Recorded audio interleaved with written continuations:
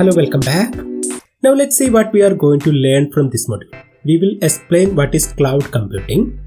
Also, we will discuss what is cloud computing deployment models. What are the cloud computing deployment models?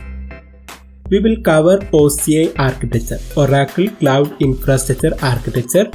And finally, we will discuss Oracle Cloud Free Tier Account. What is the benefit you will get if you create a Oracle account? So let's get started.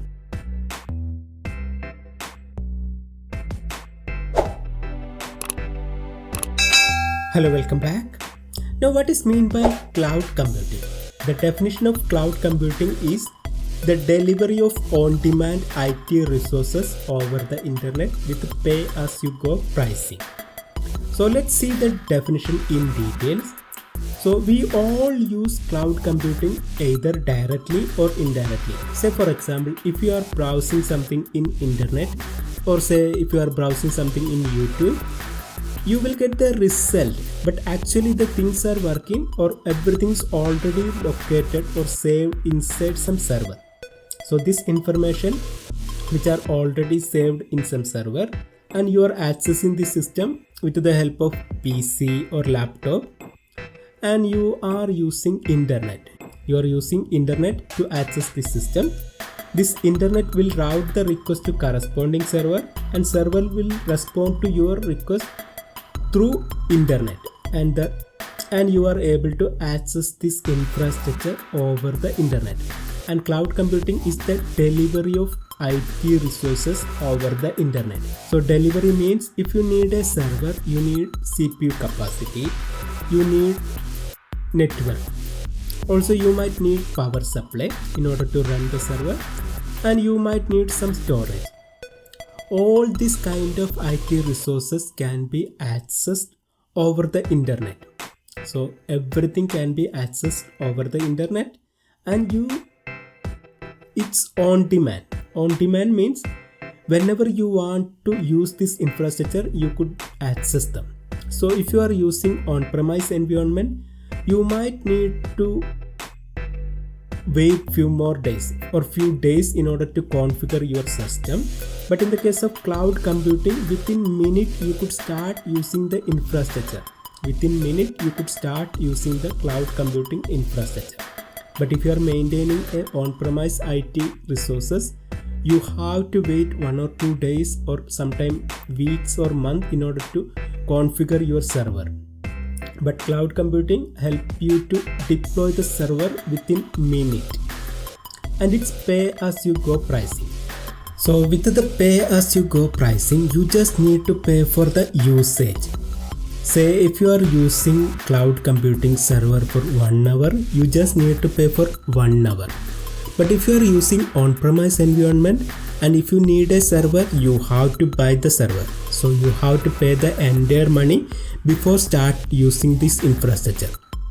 Also, if you look at the usage in your infrastructure or your IT resources, most of the time the usage will be different. Say in the morning you might need more computing capacity, afternoon only few user might use your infrastructure, and night most of the server might be running ideal.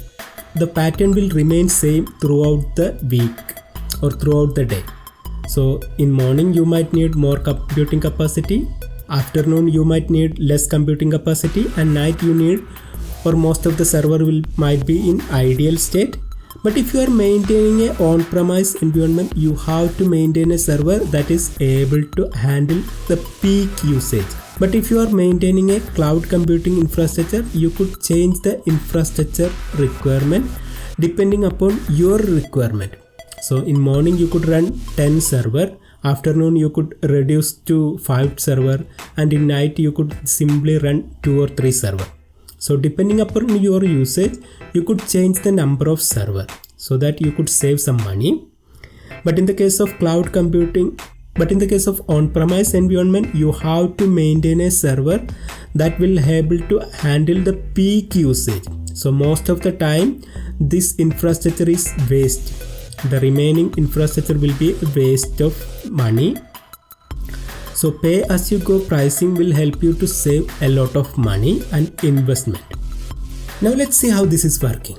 The definition of cloud computing is delivery of IT resources over the internet with pay-as-you-go pricing. And you could see there are so many data centers which is already constructed around the world. This data center is called a region. So cloud provider is providing service from different region, and this region, in each region there are so many data centers already constructed, and we could consider this data center is a pool of resources. So there are so many resources that are available, and user can access the resources from this pool.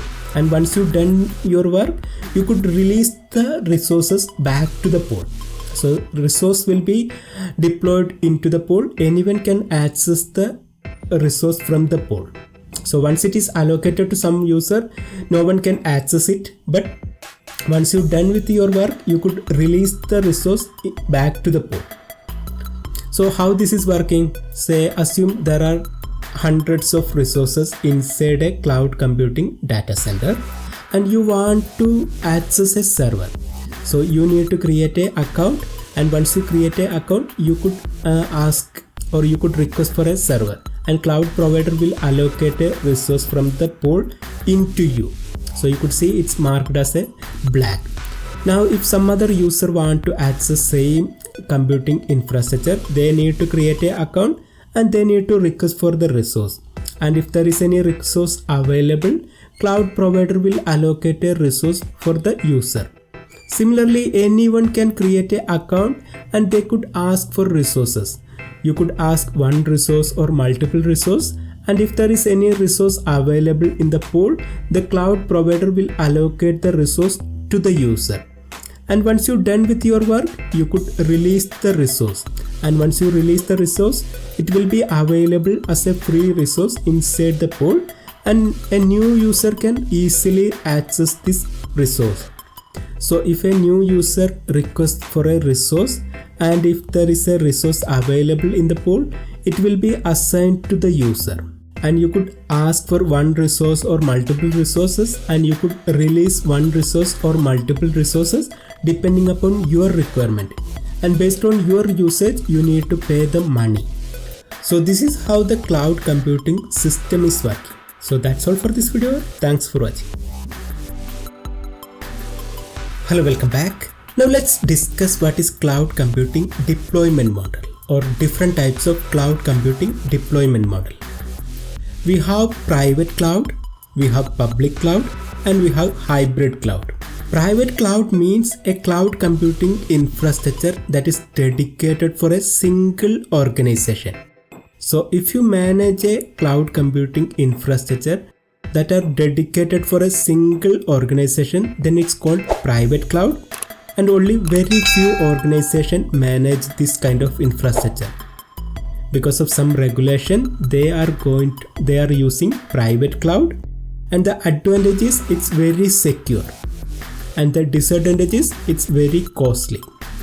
So if you are managing private cloud for a single organization, it's very costly and it's very secure. So because of some regulation, some organization manage private cloud. Also we have public cloud. So in the case of public cloud, we are sharing the infrastructure across organization. So if you want to use a public cloud, you could simply create an account and you could start using public cloud. And different organization will share the same infrastructure. So anyone can create an account in public cloud and they could access the infrastructure. So we will be sharing the infrastructure across different organizations. So anyone can create an account and they could access the shared infrastructure. Now we have hybrid cloud. So it's a combination of public cloud plus private cloud. So if you already have some private cloud and if you want to extend your resources or features that are available in the public cloud, you could go for hybrid cloud. So you could manage your private cloud and you could access some of the new features that are available in the public cloud. So in the case of hybrid cloud, you could use private cloud and you could use the features that are available in the public cloud. So these are the three deployment model or cloud computing deployment model that are available. So that's all for this video. Thanks for watching. Hello, welcome back.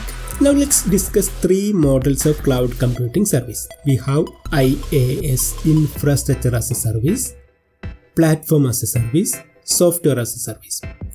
So in normal or in our on-premise environment, we manage all this level. That means if you are managing a server, you have to manage the infrastructure, including network, storage. Also, you need to manage virtualization, operating system, middleware, runtime, and data application. All this level or all this responsibility is managed by us. So in the case of on-premise environment, we manage all this responsibility. But in cloud computing, some of the responsibility is managed by cloud provider. So in the case of infrastructure as a service, this four part, virtualization, server, networking, storage is handled by cloud provider. For example, we have virtual machine. In the case of virtual machine, we could select the operating system, we could install the software, we could handle our data, everything. But the backend or infrastructure part is managed by cloud provider. So there are some service that falls under infrastructure as a category or infrastructure as a service category. Also, we have platform as a service. So in the case of platform as a service, most of the responsibilities managed by cloud provider. So they decide what kind of operating system and middleware they want to use. But we could use we could select the runtime, we could select the data, software, everything is on top of that. So there are some services that falls under platform as a service, and this is the most of the time we will use this kind of service in cloud computing because most of the responsibilities managed by cloud provider. We could select the runtime, we could have control on our data and software, and the other responsibilities managed by cloud provider. So we don't need to worry about the administration part. Most of the administration task is handled by cloud provider. Now we have software as a service. So in the case of software as a service, all this level is managed by cloud provider. For example, we have Gmail. We don't know on which operating system it's running. We don't know how the database is working or how the data are stored or managed or which kind of software are used to design the service. So we don't need to worry about any of this level. Everything is managed by cloud provider. Once you create an account, you will be able to start using the service. Example, Gmail, Dropbox, GoToMeeting, Zoom, Skype. There are so many services out there. You just need to create the account and you could start using the services. So these are the three kind of cloud computing service model. If you need or if you want to control most of the administration tasks, you should go for infrastructure. If you are designing new application, it's better to go for platform as a service.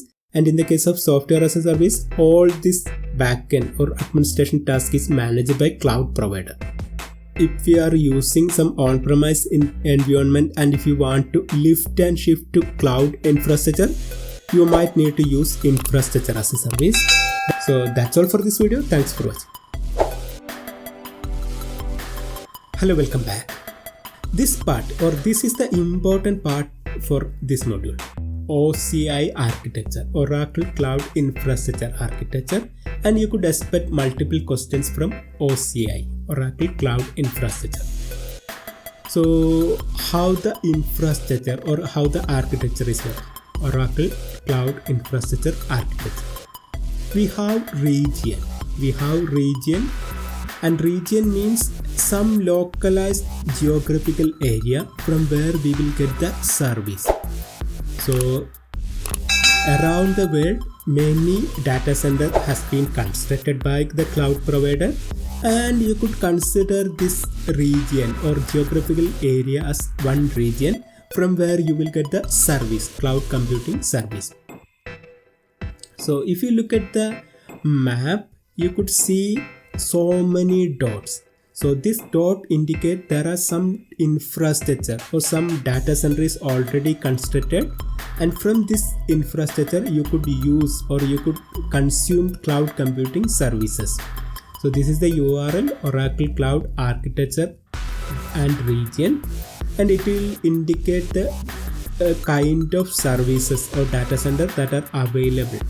So some of them are government, that means only government organization can use the infrastructure, and some of them are commercial, and some of them are planned, that means they are about to construct the infrastructure in that region.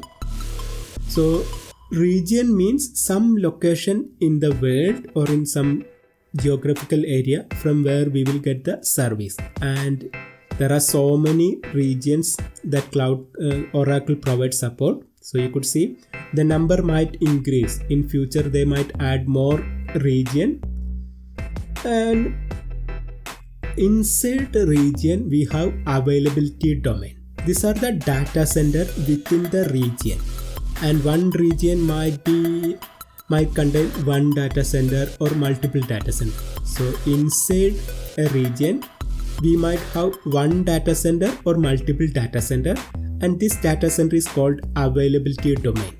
So availability domain is one or more data center located within a region. Inside availability domain we have fault domain. So it's a logical data center. So one availability domain will contain 3 fault domain or 3 logical data center. So the logical data center means within the data center we will group the infrastructure into 3 categories. One category will have dedicated power supply, and another will have a different dedicated power supply. So if the power fail or if the infrastructure fail in one of the logical data center, still other 3 data center or other 2 data center will work. So what is the importance of having fault domain? So assume you want to design a high available architecture. You could deploy one server in one of the fault domain and another system in another fault domain, so that even one of the system fail. So even one of the domain or fault domain fail, still your system will be working. So if one of the system fail, still your system will be working. So if the fault domain 1 fail, still you will have access to your infrastructure with the help of fault domain 2. But if you deploy all this server in single fault domain, if the fault domain 1 fail, you won't be able to access. So in order to design high available architecture, you should consider multiple fault domain. One infrastructure or one server will deploy into one server or one fault domain, another one will deploy to another fault domain, and another one will deploy to another fault domain. So even one of the fault domain down, still other 2 fault domain will be working.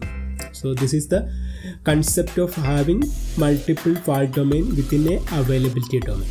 So that's all for this video. Thanks for watching. Hello, welcome back.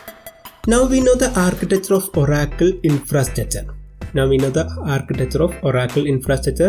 We have region. Inside region we have multiple data center called availability domain, and we have fault domain. It's a logical grouping of data center.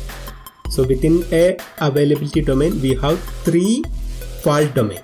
Now let's see the data transfer. So if we have multiple environment or setup, we need to identify the data transfer rate between these components.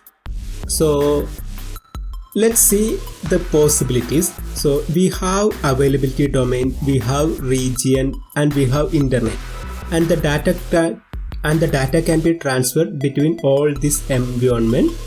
So we can transfer data within a single data center or within a single availability domain, or we can transfer data between 2 availability domain. So we can transfer data within a availability domain or within a single data center or between a availability domain, or we can transfer data into a internet, or we can receive data from internet into a availability domain or into a region. Similarly, we have multiple region, or Oracle support multiple region, and we can transfer data between 2 region. So we can transfer data between two regions. So we can transfer data within a availability domain, or we can transfer data between availability domain, or we can transfer data between region and internet, or we can transfer data between two Oracle region. So there are different possibilities are there. Now the data transfer between two components can be considered as ingress or egress. So ingress means data coming into the environment, and egress means data coming out of the environment. So if you consider availability domain 1, the data that are coming into the availability domain is called ingress. So the data that are coming into the availability domain is called ingress, and the data that are going from this availability domain to the outside is called egress.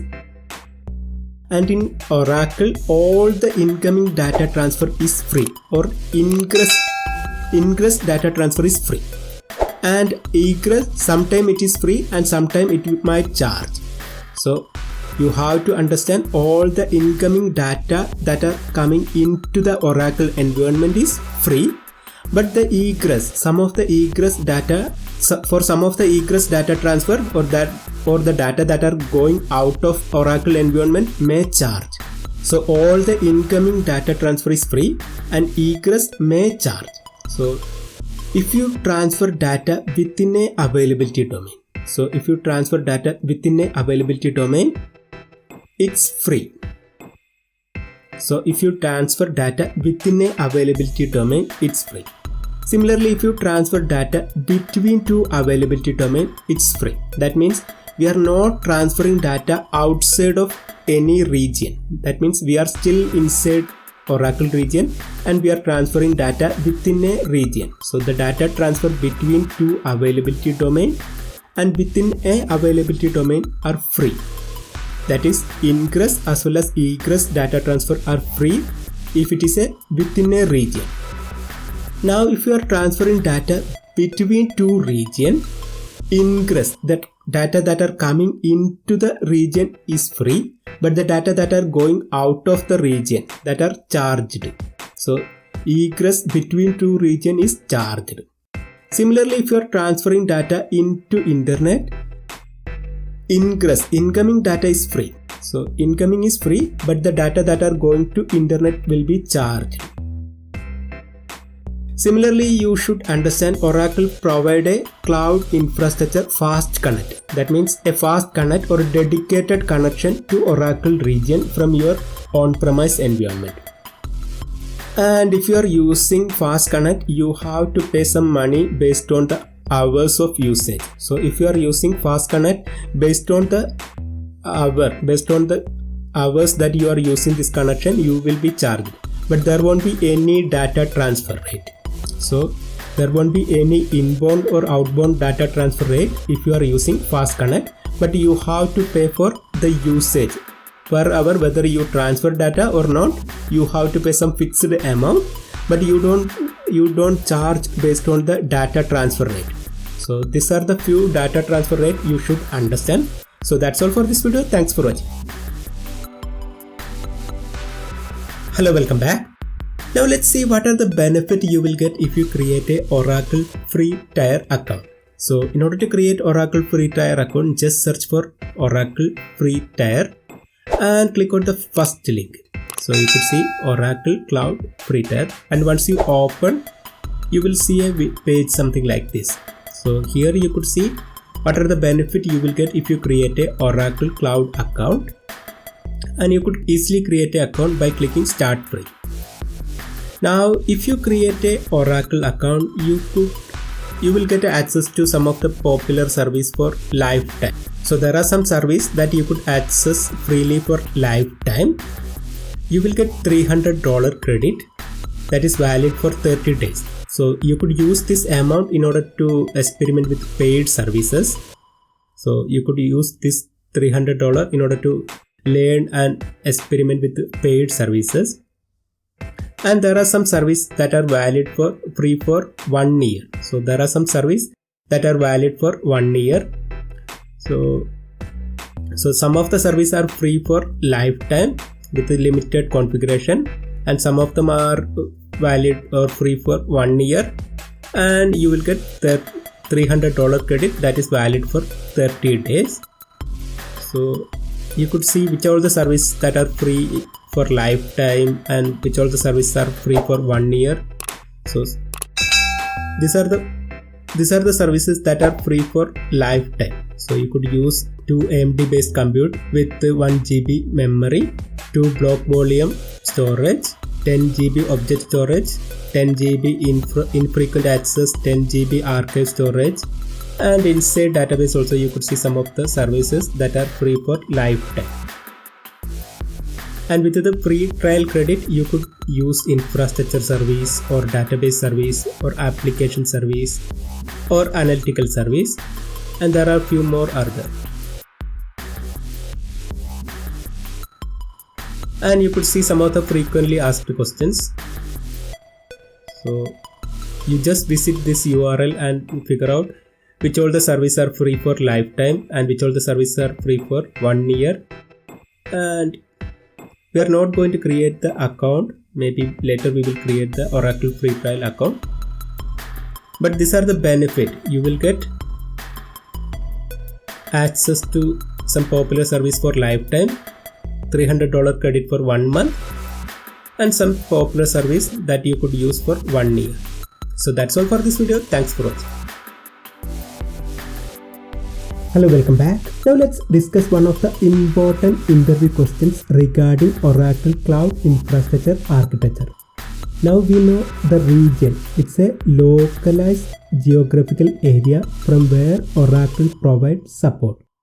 And if you look at the map, you could see so many dots that indicate there are some data center or region from where Oracle provides this kind of services. And you could see there are many data center or regions are already constructed across the world. Now the question is, how will you choose a region in order to deploy or in order to design an application? So you could choose any of the region to implement your applications or in order to deploy your application. But how will you choose one of the region? And in order to decide the region, you should consider who is going to access your infrastructure. So if you are developing an application for some user from USA, you have to deploy, or it's better to deploy your application in US area. But if you are designing an application for people from Australia, it's better to deploy your application in Australia instead of deploying this application into Japan or USA. So you should consider who is accessing your infrastructure, and it's better to deploy the application near to the end user who is going to access your infrastructure. Also, we know inside region we have availability domain. It's a data center, physical data center. In some region you could find multiple availability domain or multiple data center, and in some region you could find only single availability domain or single data center. All the availability domains support fault domain, and each availability domain contains 3 fault domains. Now assume you are going to design a high available architecture or a software, and you are going to deploy the application in a region where you have single availability domain. So how will you achieve high availability? High availability means if one of the system fails, still your system should be accessible to the end user. So in such situation, if you are deploying your application in a single availability domain, and if you want to achieve high availability, you should consider to deploy your application into multiple fault domain.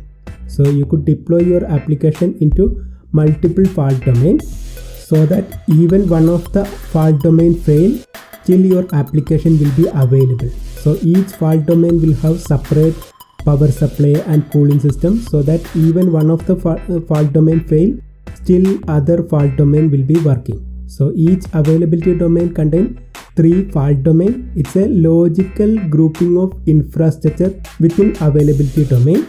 And in order to achieve high availability within a single available domain, you should consider to deploy your application into multiple fault domains.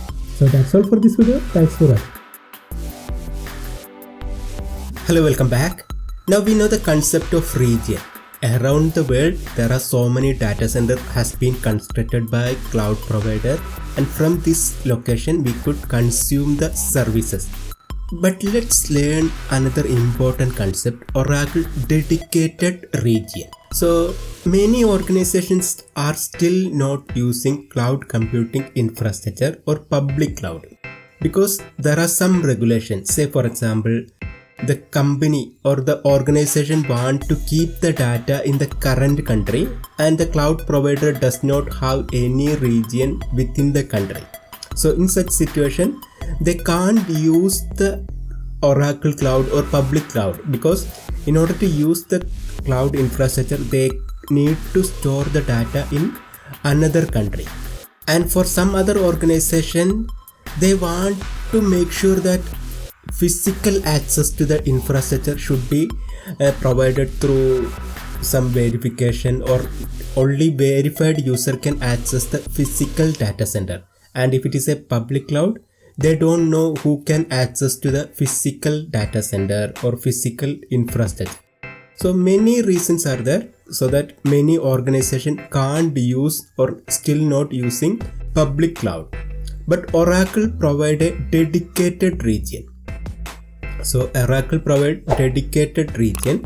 It's an infrastructure that can be installed within our data center. And the advantage is there are other cloud provider also provide similar kind of services, but Oracle provide 50 or more than 50 services in their dedicated region. Other cloud provider provide only very limited services as a dedicated region, but the concept is you could install the infrastructure within your data center and you need to pay some minimum monthly amount and there should be some commitment. You should commit for 3 years something, but the concept is the Oracle will install some infrastructure in your on-premise environment or in your data center, and with the help of this infrastructure you could use the public cloud infrastructure.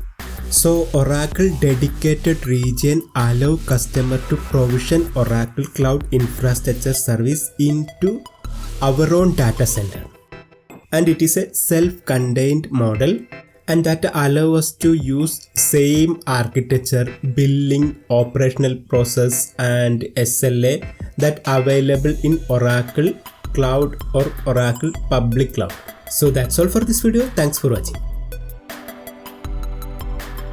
Hello, welcome back.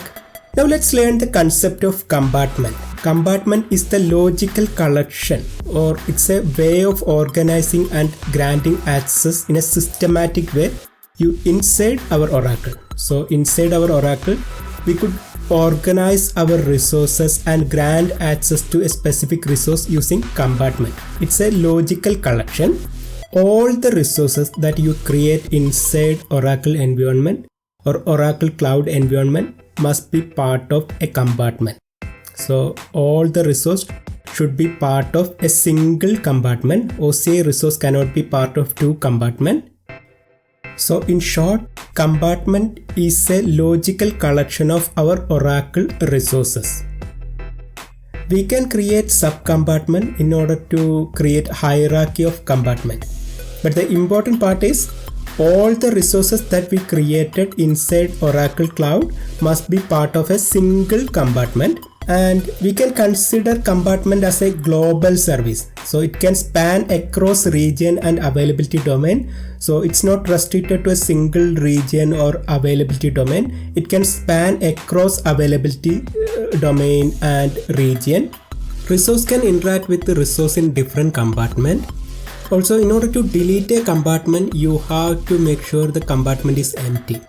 You could change or you could move the resource from one compartment to another compartment, but in order to delete the compartment, you have to make sure the compartment is empty. And in order to grant access, you need to create a policy. So you need to create at least one policy in order to grant access to user and group. Also, you could set up quota. So it's a kind of service limit. So you could set up quota for compartment. So these are the few important concepts you should understand before using compartment. So that's all for this video. Thanks for watching. Hello, welcome back. Now let's talk about tenancy. When you sign up for Oracle Cloud Infrastructure, Oracle create a tenancy for your company, which is a secure and isolated partition within Oracle Cloud Infrastructure where you can create, organize and administer your cloud resource. In our previous video, we discussed about compartment that allow us to organize and control access to your cloud resources. So a compartment is a collection of related resources and it's a logical collection. So when you sign up for Oracle Cloud Infrastructure, Oracle create a tenancy which is the root compartment that hold all our resources. You can create additional compartment within your tenancy and you can create the policy to grant access. One thing you need to understand, when you create a resource inside Oracle Cloud, you have to specify the compartment into which compartment you are going to deploy this resource. And compartment is a logical collection of resources. It's not a physical container, it's just a logical container. So that's all for this video. Thanks for watching. Hello, welcome back. Now let's discuss about Oracle Accelerated Data Science ADS SDK. It's a Python library. It offers a friendly user-face interface that helps us to implement machine learning models. And it is a Python library and it is included as part of Oracle Cloud Infrastructure Data Science Service. So in short, Oracle Accelerated Data Science SDK is managed by Oracle Data Science team. Its goal is to speed up common data science activity. And it does this by providing tools that automate simple common tasks that data science team perform. It also provides data science friendly interface to Oracle Cloud Infrastructure web service. So ADS allow you to store your data on object storage or Oracle object storage and read into Panda. So you could use ADS to automate data transformation or to get recommendation, say what transformation will improve your model. So similar kind of data science tasks can be managed using Oracle Accelerated Data Science SDK. And one thing you need to understand, it's Python library and it is included as part of Oracle Cloud Infrastructure Data Science Service. So that's all for this video. Thanks for watching. Hello, welcome back. Now let's learn about Oracle Infrastructure Marketplace. So it's an online store. That allow us to search and purchase software from Oracle. So Marketplace allow us to search, purchase and start using software in Oracle Cloud Infrastructure and that are developed by Oracle and trusted partners. You could find two types of solution in Marketplace. One is image and second one is stack. Some of the solutions are free and some of them require payment. And images are virtual hard disks that you could use to configure your instance. So you could use this image which contain operating system and other software to run your instance. Also we have stack. So one thing you need to remember, in order to purchase software or in order to search for external software, you could use Oracle Cloud Infrastructure Marketplace. So that's all for this video. Thanks for watching. Hello, welcome back. Now let's summarize what we learned so far. So we discussed about cloud computing. We discussed different types of cloud computing models and deployment, OCI architecture and compartment, and the benefit of Oracle Cloud Free Tier. What is cloud computing? The definition of cloud computing is the delivery of on-demand IT resources over the internet with pay-as-you-go pricing. That means you could consume IT resources over the internet. Just like how we use Facebook, YouTube and Google, you could use internet in order to consume IT resources. And by using IT resources, you could store data in cloud computing devices or cloud storage. And you could design your applications using cloud computing infrastructure. We have different types of cloud computing deployment model is there. We have private cloud, that is a cloud computing infrastructure designed for a single organization. We have public cloud, that is the cloud computing infrastructure shared across different organizations. And we have hybrid cloud, where we could utilize private cloud and public cloud. Also we have different types of cloud computing services are there. So in some of the services, cloud provider will handle most of the administration tasks and we will get less responsibility. And in some of the cases, we need to provide the administration, or we will get more administration control. So in the case of IaaS, infrastructure as a service, will give more control to the user. So we could perform more administration tasks. And in the case of platform as a service, we will get a platform where we could implement our application. Also, we discuss about Oracle Cloud Infrastructure Architecture, where we discuss we have region, a geographical location from where we will get the service. And around the world, there are multiple regions supported by Oracle. Inside Oracle region, we have one or more data center called availability domain. And the infrastructure inside availability domain is grouped logically into three categories or three groups called fault domain. So each availability domain will contain three fault domains. So inside Oracle we have region, and region may contain one or more availability domain or data center. Each data center will contain three fault domains. So you could consider one data center as multiple building with a dedicated power supply. So you could deploy your resource into different fault domains so that even one of the fault domain fail, still your application can work. So each fault domain will have dedicated power supply. So fault domain will help us to avoid hardware failure or component failure. So fault domain is a grouping of hardware within a availability domain.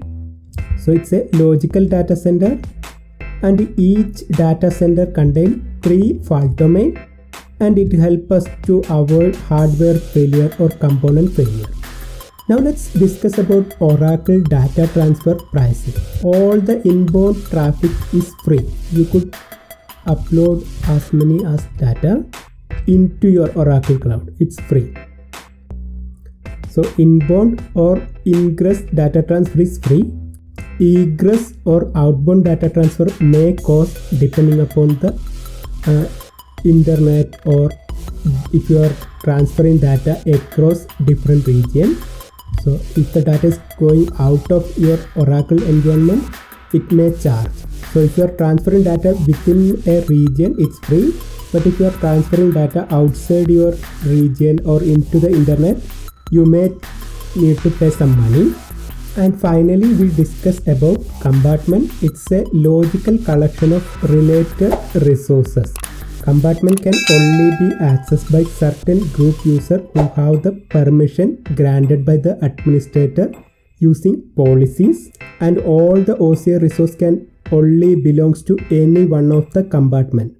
We can't deploy one resource into two compartments.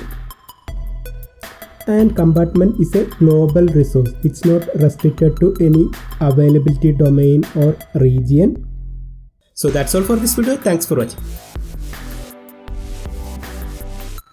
Hello, welcome back.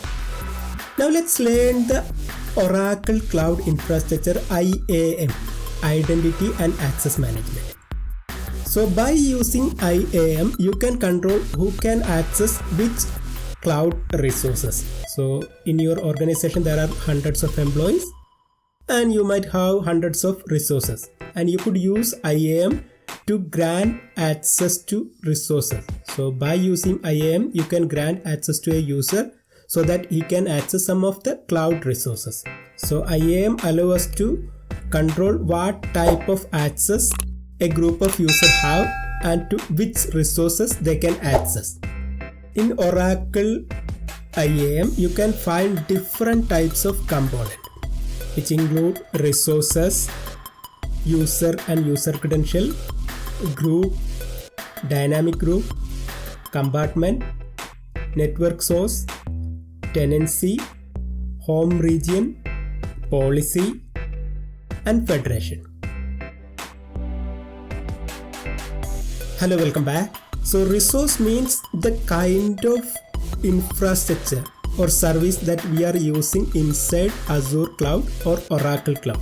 So the kind of resources or service that we are using inside cloud is called resources. For example, compute instance, server, storage, virtual cloud network, all this can be considered as a resource.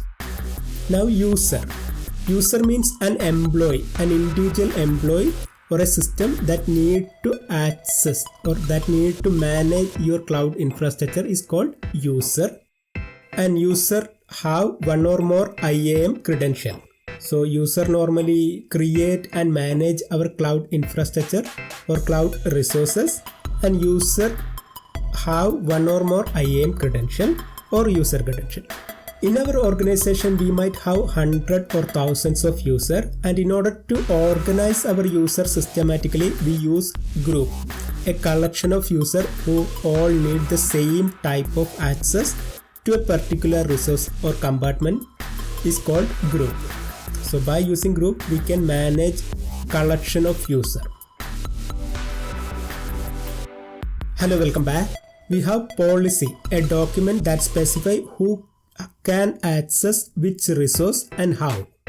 So by using policy, we can define who can access to which resource and how, or what kind of action they can perform on top of that resources. Access is granted at the group and compartment level. That means you can write policies that give a group specific type of access within a specified compartment or a tenancy itself. So if you grant access to a tenancy, the group automatically get the same type of access to all the compartment within the tenancy or inside the tenancy.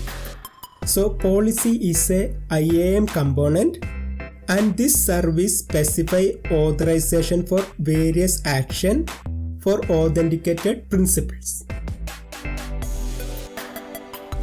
Hello, welcome back. Now let's learn about Oracle Web Application Firewall. It's a cloud-based global security service that protects applications from malicious or unwanted internet traffic. So you could use this service to protect your application from malicious software or unwanted internet traffic. It can protect your application from malicious bot, application layer DDoS attack, cross-site scripting, SQL injection, and from other vulnerability defined by Open Web Application Security Project. So Web Application Firewall is a service, and it helps us to protect our application from malicious software or malicious web attack. So if you want to protect your application from malicious web attack or malicious internet traffic, you could use Web Application Firewall. It's a region-based service, and it can protect any internet-facing endpoint. Hello, welcome back.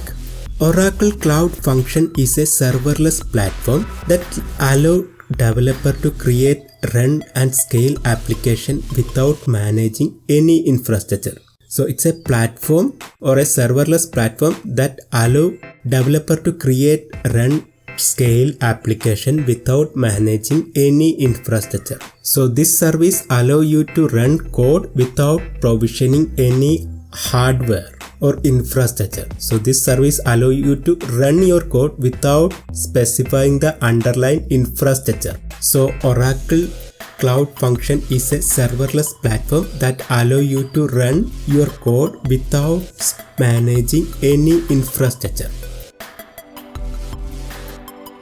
Hello, welcome back.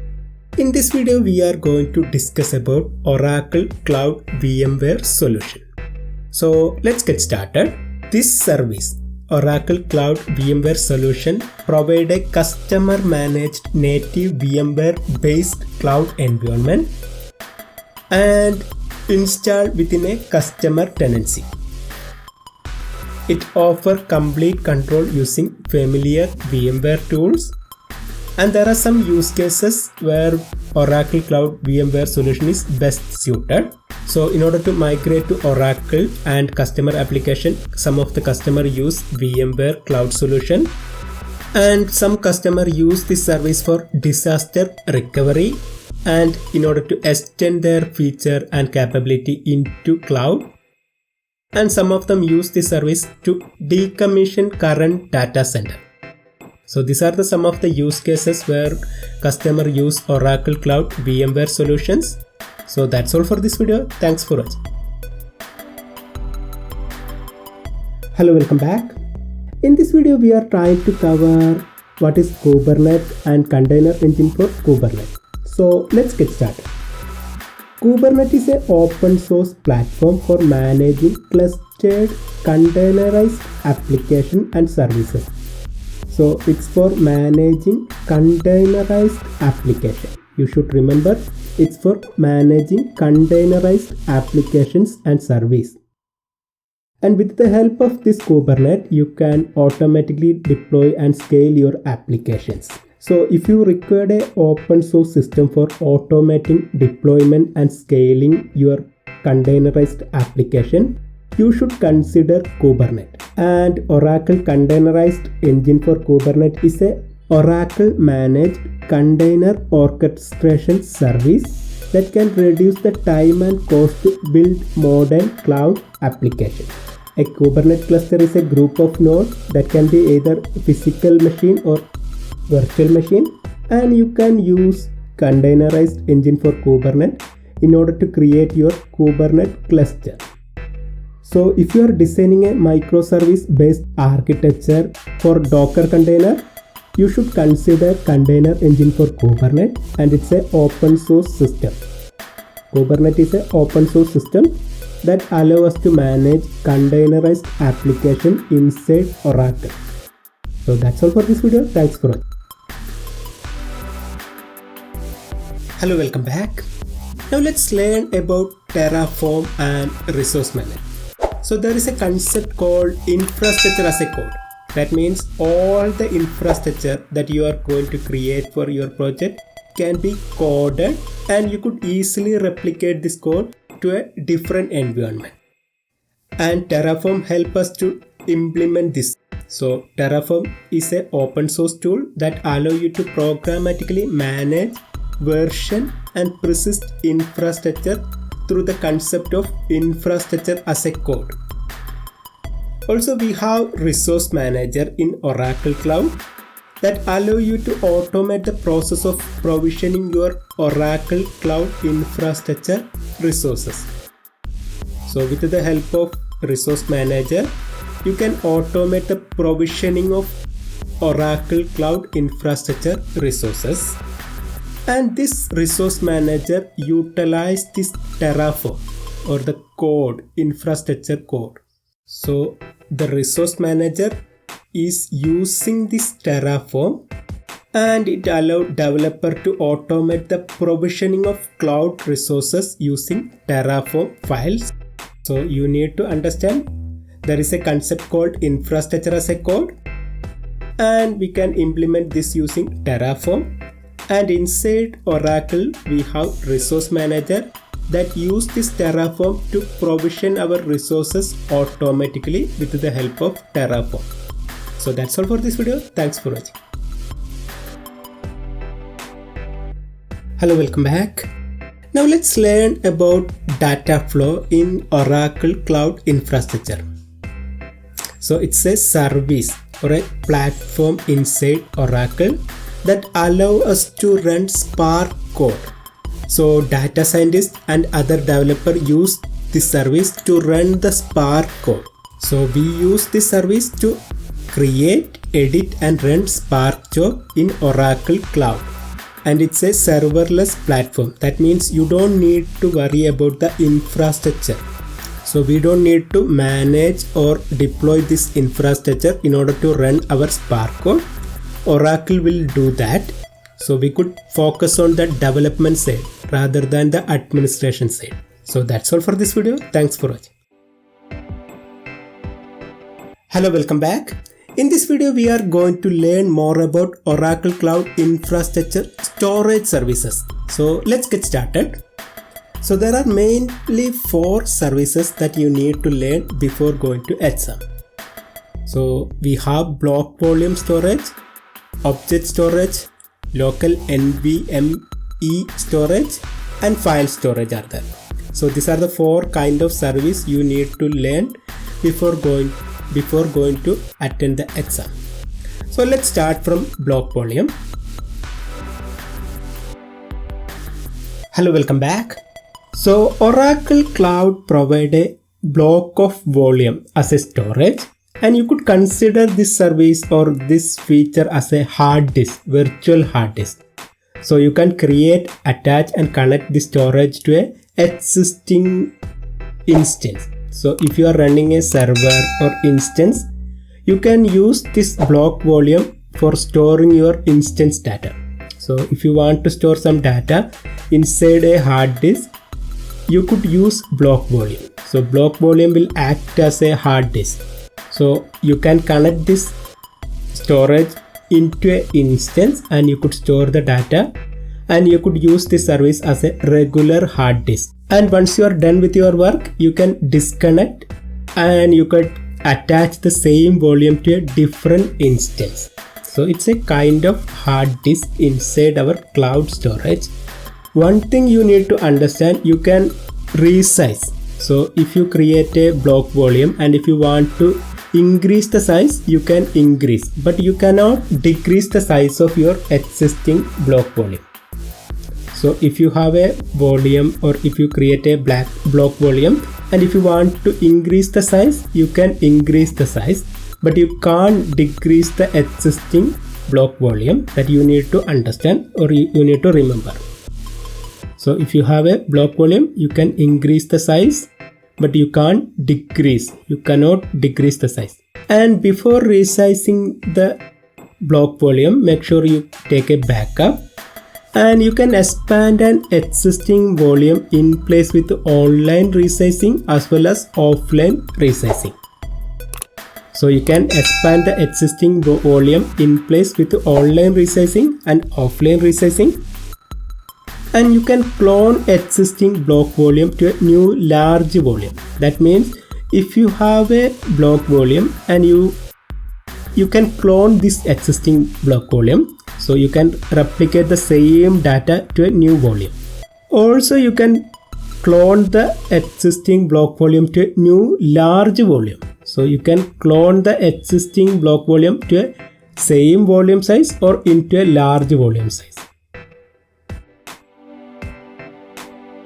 Hello, welcome back. Now let's talk about object storage. So inside cloud system, either if it is a Azure or AWS or Oracle, we have a concept called object storage that will allow us to store massive amount of data as object regardless of the type. That means you can store any kind of data irrespective of the data types. So if you have files or videos or image, any kind of object can be stored inside object storage.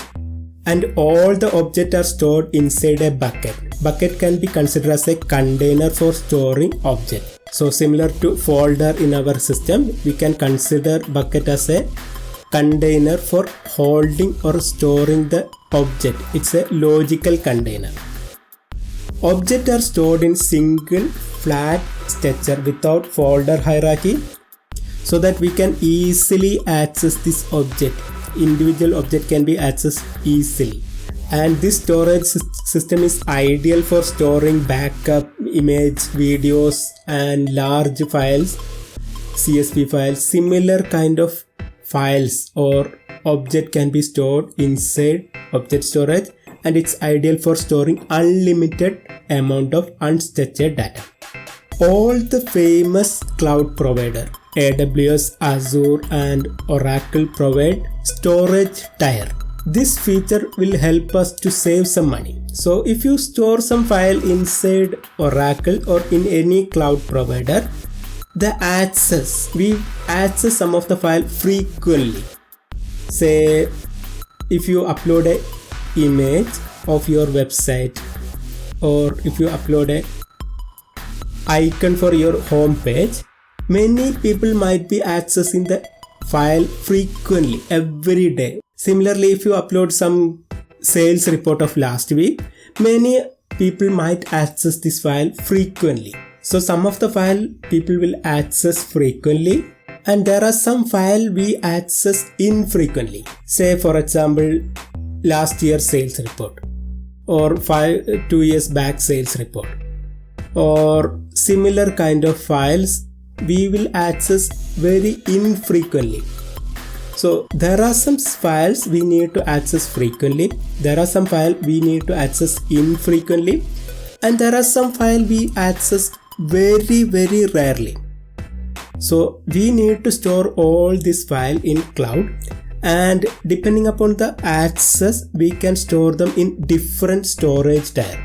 So if you access the file frequently, you could store them in hot so that you could save some money. If you access the file in less frequently, you could store them in cool storage so that you could save some money. And if you are accessing some file very rarely, you could store them in cold storage. And based on the storage tier, the payment also may change. Say for example, if you store some file in hot, you will need to charge more. So the storage fee is more compared to cool and cold, but the access fee is less. In the case of less frequent access, you could store them in cool storage so that you could save some storage fee, but there is a access fee. So if you store some file in cool, you could save some money in the storage, but if you access them frequently, you will be charged. And if you want to store some file that are rarely accessed, it's better to store them in cold, but you can't access them immediately. If you want to access them, you need to restore it. But these two files or these two tier allow us to access the file immediately. So if you want to store some file and if you want to retrieve it immediately, you could use them either hot or cold. And if you want to store some file that you rarely access and you could wait for retrieving 1 hour or 2 hours, you could go for cold storage. So the standard tier is the default one, and it is the hot. That means you can access them immediately and frequently. But compared to other tier, you need to pay more money if you are using standard tier. At the time of creating bucket, you can decide the default access, standard or archive. But while uploading the file, you can decide whether the file should go to standard or archive. So the standard allows us to store mixed file type. That means you can store all kind of files inside standard tier. Now we have infrequent access. That means cold storage that allows us to store file that you don't want to frequently access them. Compared to standard, the storage cost is lower, but we have some access fee. Also, we have a minimum retention period of 31 days. That means if you delete a file before 30 days that are in infrequent access, you will be charged. Also, the access for retrieving the file, data transfer rate also applicable. So mainly we could use this storage to store our backup. So if you have some backup and you want to store them inside cloud, you could go for backup, and you only retrieve or you only read this backup if there is any issue with your existing data. And finally we have archive storage. It's mainly for archiving your backups. So it mainly for storing your data for long time. So because of some regulation, some company want to keep their historical data for 7 years or 10 years, and for such situation they could go for archive. And if you create a bucket as default as archive, you can't store standard tier object in that one. You can use it for archive purpose. Hello, welcome back. Now let's learn another important concept called auto tiering. So we have different tiers. We have standard, we have infrequent, and we have archive. And we can manually store the data into different tier. But if you enable auto tiering, it will automatically move your data across different tiers. Across means standard and infrequent, depending upon the access pattern. So it will use some machine learning technique to predict the access frequency, and based on that prediction and calculation, Oracle will automatically move your file from standard to infrequent access, so that if the files are accessed infrequently, it will automatically move into infrequent access, so that you could save some storage cost. Hello, welcome back. Now let's learn about object lifecycle management. So in our organization, we create or we generate multiple files. We create hundreds of files, and the access pattern is almost same. When the file gets generated, everyone will want to access, or many people want to access the file. After a month or after a few days, the interest will decrease. Only few people will start accessing it. And after few months or after a year, no one want to access it. Or only very rare case, very few people will access it. But because of the government regulations and other rules, we might need to store the historical sales report and revenue report for few years. So in our organization, normally we generate files, and once we generate the file, many people will access it. After a month, only few people will access it, or after a month or after a few days, only few people will access it. And after a year or after 6 months, only very rarely we will access this file. But because of the organization restrictions and rules, we might need to keep the file for 1 year or 5 years or 10 years, depending upon the regulations. And after the period, we need to delete it. And normally we could do this manually, but in Oracle we have a service called Object Lifecycle Management. And we can define some rules, and with the help of these rules, we can automate the process. Once the file gets generated, it will be saved in standard. After 1 month, you could move the file into infrequent. After a few more weeks or month, you could move the file into archive. And after a certain period of time, you could delete it. So you could define the rules, and based on the rules, the file will be moved into different tiers. So we could use this object lifecycle management in order to move the file from different tiers, and we could automate the process using object lifecycle management. So that's all for this video. Thanks for watching. Hello, welcome back. Now let's talk about Oracle Cloud Infrastructure Data Integration Service. So this service allows us to extract, transform, and load data. So we could use this service for data science, to load the data for data science and data analysis related project. So this is a code-free data flow or a system that allows us to design the data flow using without any code. So you could design code-free data flow into data lake and data mart using data integration. So if you need a system or a service to implement a extract, transform, load process into Oracle, you could use data integration service. So that's all for this video. Thanks for watching.